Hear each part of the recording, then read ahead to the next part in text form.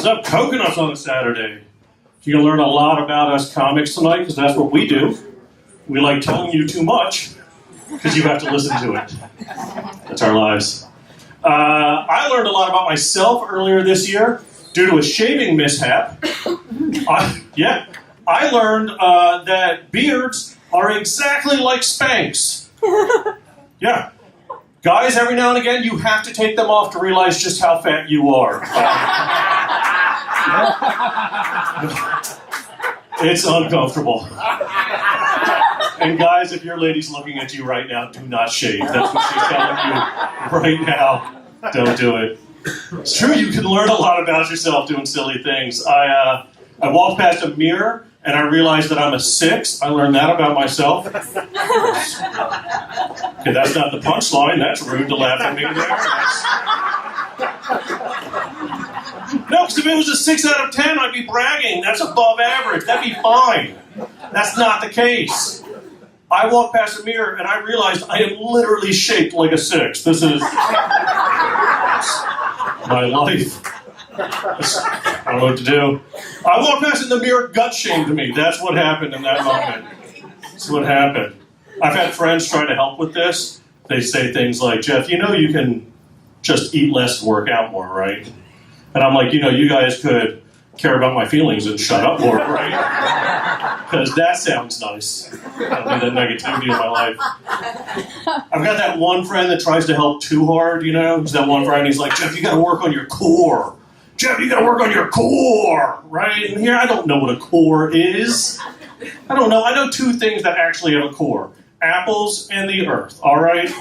They're both round. Jeff is killing it right now, all right? I don't need them.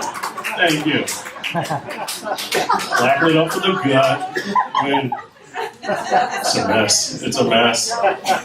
It's not good being a 6. It's hard. I'll be honest. It may be a little bit harder for me being a 6 because I'm also gay, which makes me a 4 because we are a very judgy people. You've either met us or seen us on TV. We're very judgy. That's what we do. It's a weird thing to have to come out to people, strangers, while on stage because I'm not good at being gay. It's just a weird thing. I'm good at it, sir, if anybody... Like, I can see you're with your woman, but if you have friends, ask afterwards. You can tell them. He said he's good at it, so just pass it along is what I'm saying.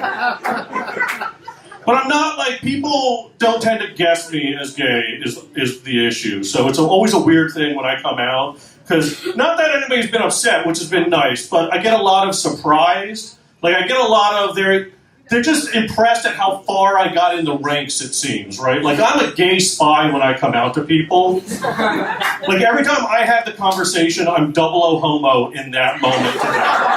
And it's a weird thing, is what I'm telling you. It's a weird thing to have to do all the time.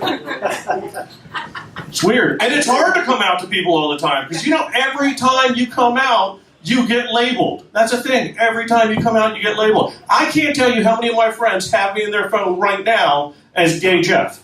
Yeah.